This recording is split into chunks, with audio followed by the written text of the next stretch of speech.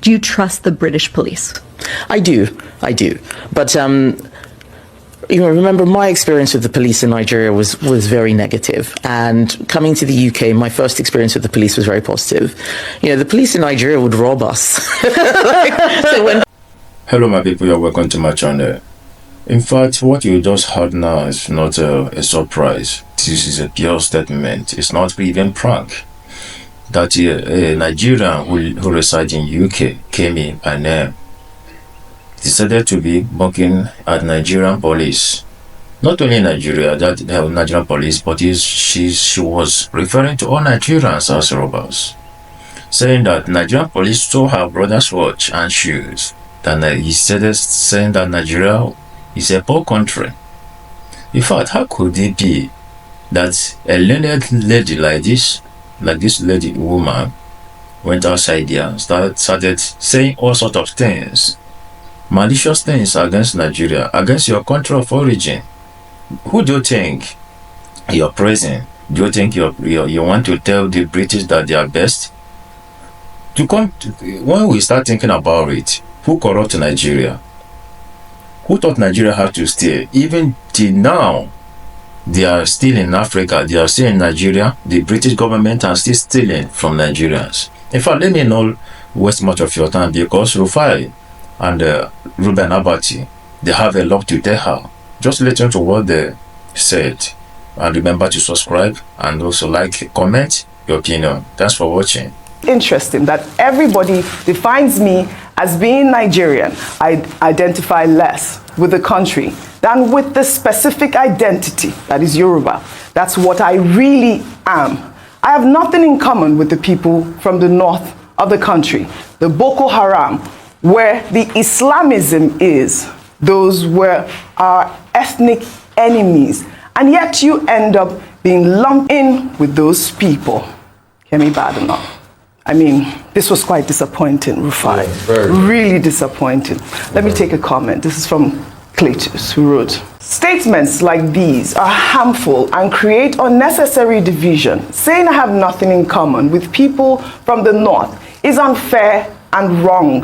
Nigerians, whether Yoruba, Hausa, Igbo, or from any other group, are connected by a shared identity and the challenges we all face.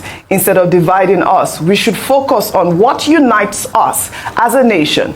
As the elections approach, politicians must avoid such language. Sadly, even some of our own politicians are guilty of making similar divisive statements during the campaigns. This is unacceptable. They should speak responsibly and focus on addressing issues like insecurity, poverty, and development, rather than promoting division or hatred. Leadership should unite us, not tear us apart." Dr. Abati, I know you've seen these comments. I mean, many people condemned Kemi Badenoch with this statement. I mean, it is all in the wake of, the response from Vice President Kashim Shettima, who had actually told her you can remove Kemi from your name, telling her that Nigeria is the greatest country on earth. But we also know that Yoruba Nation activist Sunday Adeyemo, popularly known as Sunday Igboho, has called on President Bola Ahmed Tinubu to caution Vice President Kashim Shettima against further verbal attacks on Kemi Badenoch. Your comment, Dr. Abati. Okay, ethnic identity is one of those centrifugal points at the heart of the Nigerian question. Also throwing up the question about nationhood. Are we really a nation? Mm-hmm. There are Nigerian leaders who have even questioned the issue that we're just a geographical expression, as Chief Obafemi Awolowo said in the 1940s.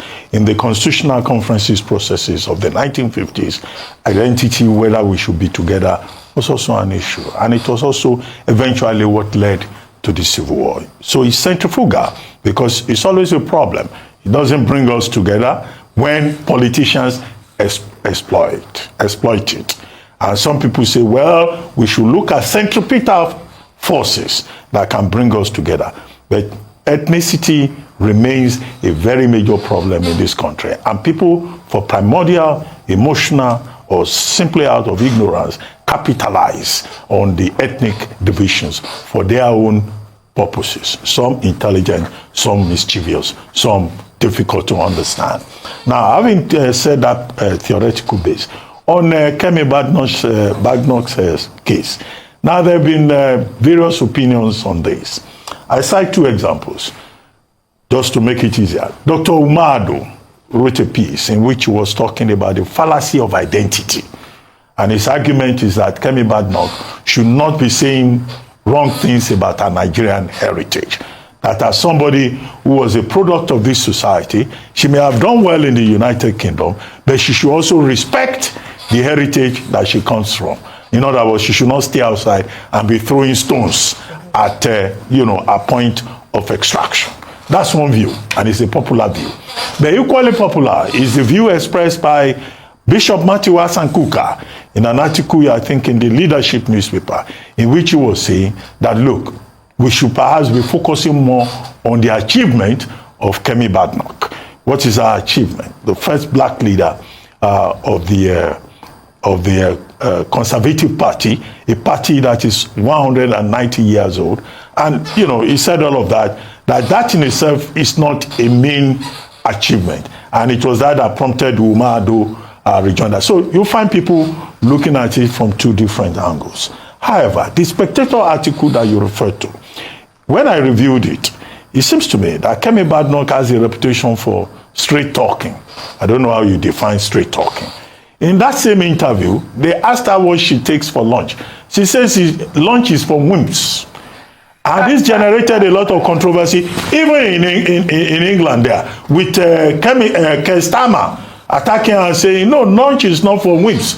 And she said, people who take lunch breaks, they are weak people, and sandwiches, that she doesn't eat soggy bread, that when she's going to the office, she goes with okay, that caused controversy. It was in that same interview that she says, I have nothing to do with the North. These are people who are into Boko Haram and all of that. Well, you may say, straight talking along that line, you may not want to excuse it, but that's how she felt. And she said, there are so many other things that she has said that are considered controversial. What we must realize at the end of the day is that Kemi Badenoch has made her choice. She says in that same interview that her ambition is to serve Britain.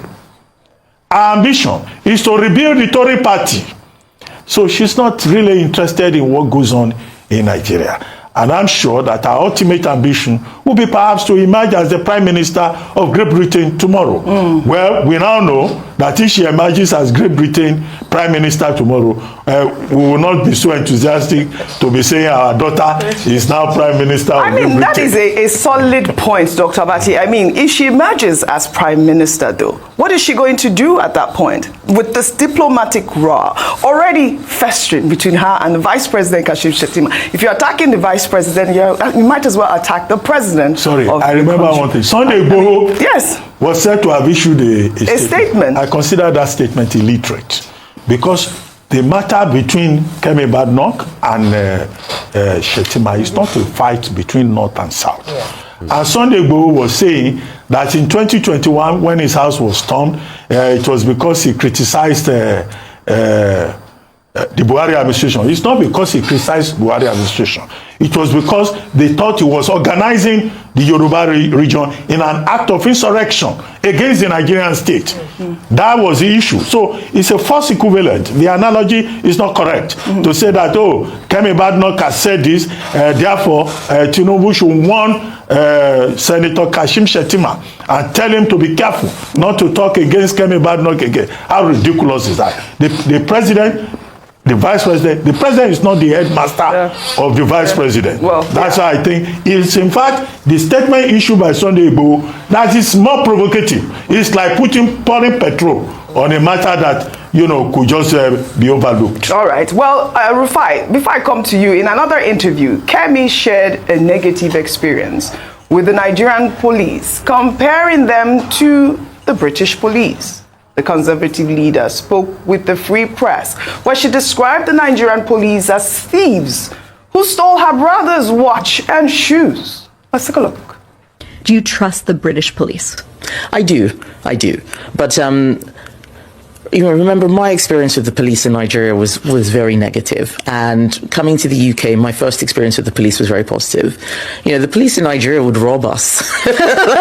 So when people say, "Oh, I had this bad experience with the police because I'm black and they're white," I was like, well, I remember the police stole my brother's shoes and his watch. His shoes? Yeah, they took his shoes and his watch. It's a very poor country, so people do all sorts of things, and giving people a gun is just a license to intimidate. But that's not the bar we should use for British police. Obviously, it should be much higher. But my experience was so positive. When I was burgled, for example, the police were there, very helpful. They eventually caught the person. This is 2004, so 20 years ago. The police did catch criminals, and now we've given them too much to do, in my view. So the police are the first line of defense for everything. And I think that burden makes it a lot harder for them to actually do the basics. And that's another thing that we need to look at. Well, Rufai, Kemi Badenoch came under fire with a statement as well, because, they didn't even ask her about the Nigerian police. What was the need of highlighting the Nigerian police? Well, let me just bring some balance with, with the criticism she faced with this tweet. This person wrote, Kemi Badenoch's statement highlights the unfortunate reality of police misconduct and the struggles many face in Nigeria due to systemic issues. While her comment may feel harsh to some, it's important to use such remarks as a starting point for constructive dialogue about the pressing need for reform and accountability. Nigeria is rich in culture, resources, and potential, but corruption and mismanagement have left many disillusioned. It's not about labeling the country as poor, but addressing the deep-rooted challenges that led to such actions. True progress will come when these systems are overhauled and the people are empowered to demand better governance and justice. While this tweet is quite apt, we cannot say that the British police is not corrupt either. Very, very what corrupt. What really is going on here with Kemi Badenoch? Fantastically corrupt. Couple of things, Audrey, and please, I beg you, please give me time. Go ahead. Good. Very good. Number one, a lot of Nigerians are ignorant of what Kemi is doing. What is Kemi doing? Kemi is subjugating her own people to make Britain look good in the face of white nationalists. It's a deliberate attempt. These white nationalists believed in colonialism. They believed that black people are subservient to them. These were the same people that sold black people in slave markets. So these white nationalists have a mentality.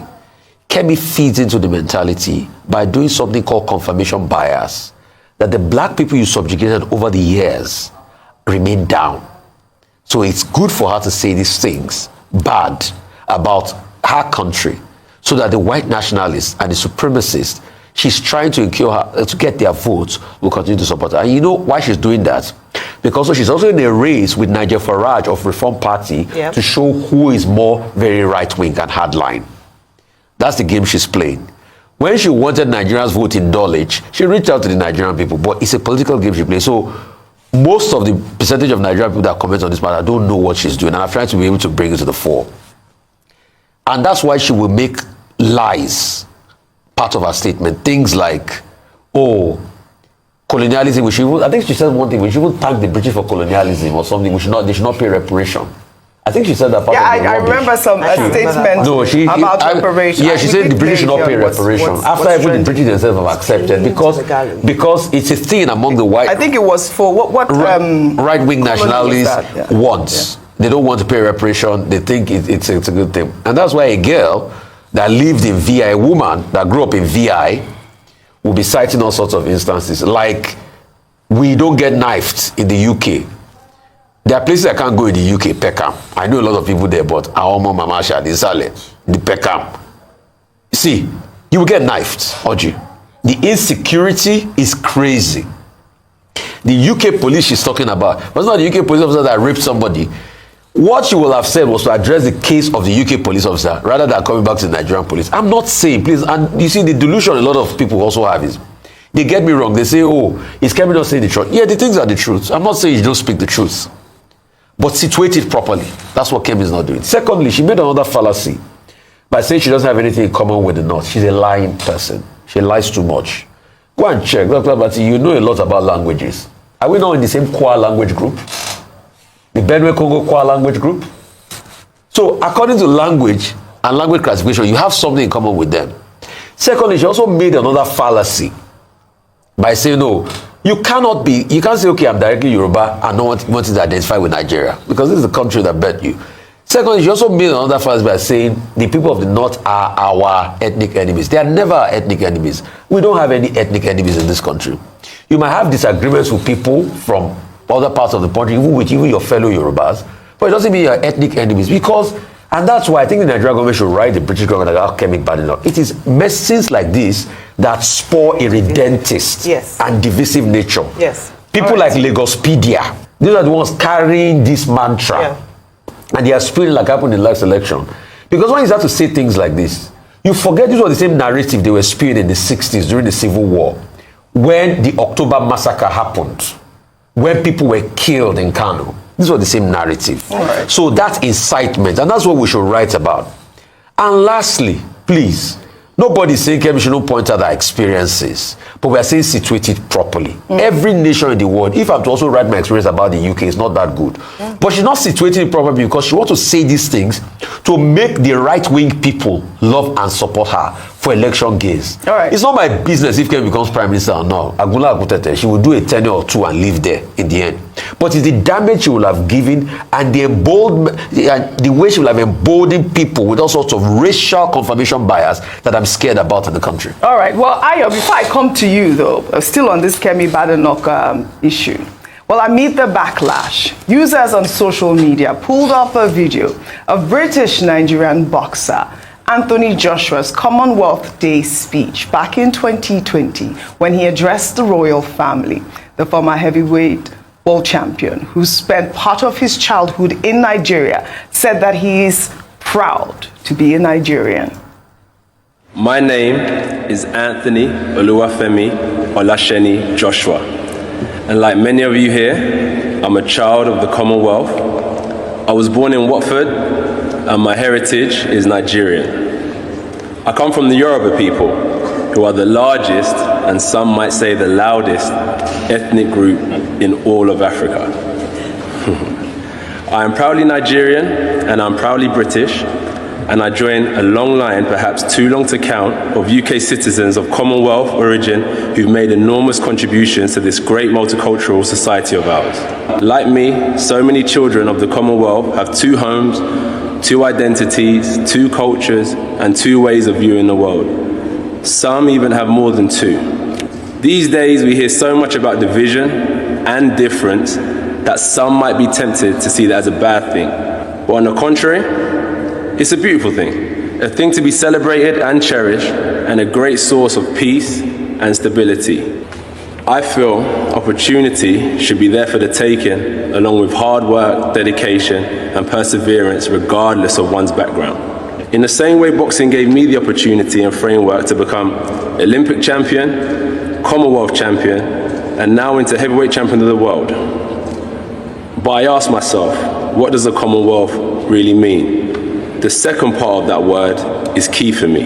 A united common future could create opportunities for our Commonwealth cousins. So, here's to fish and chips and a goosey soup and pounded jam, to the UK and Nigeria, and to the children of the Commonwealth. Thank you very much for listening.